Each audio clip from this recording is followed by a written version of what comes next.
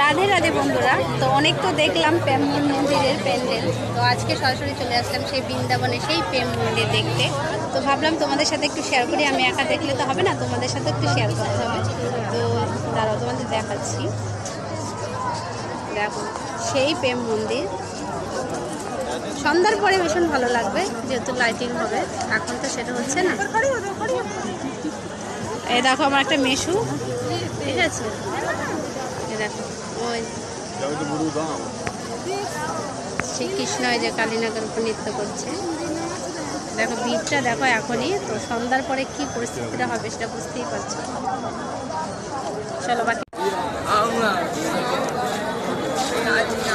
এটা কি আদি মন্দির নাকি?